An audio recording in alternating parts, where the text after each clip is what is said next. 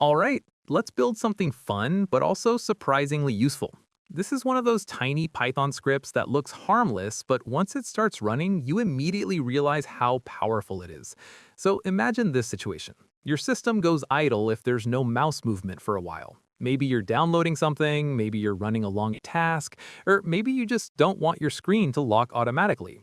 What if Python could gently move your mouse for you every few seconds without you touching anything?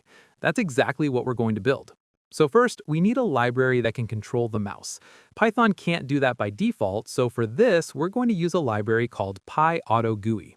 So we open our terminal, and inside the terminal, we simply run pip install PyAutoGUI. Once the installation is done, we close the terminal and come back to our code editor. Now, inside our Python file, the first thing we do is import PyAutoGUI, because that's what we'll use to move the mouse. Right after that, we import the random module, because we don't want the mouse to move to the same position every time. We want random positions so the movement looks natural. And then we import time, so we can add pauses between movements. Now, before writing the actual logic, we need to think about safety, because once this script starts running, it's going to keep moving the mouse continuously. And if something goes wrong, we don't want to lose control of our system. So right after importing PyAutoGUI, we write PyAutoGUI.failsafe equal to true. This line enables the built-in safety feature. What this means is very simple. If at any point I move my mouse to the top left corner of the screen, PyAutoGUI will immediately stop the program. Python raises a special failsafe exception and exits the script instantly. This gives us a clean emergency exit. Now that safety is handled, we can write the main logic. So next, we wrap everything inside a try block. The reason for this is simple. When that failsafe is triggered, an exception will be raised, and we want to handle it gracefully instead of letting the program crash. Inside the try block, we create an infinite loop using while true. We want the mouse to keep moving again and again until we manually stop it. So an infinite loop is exactly what we need here.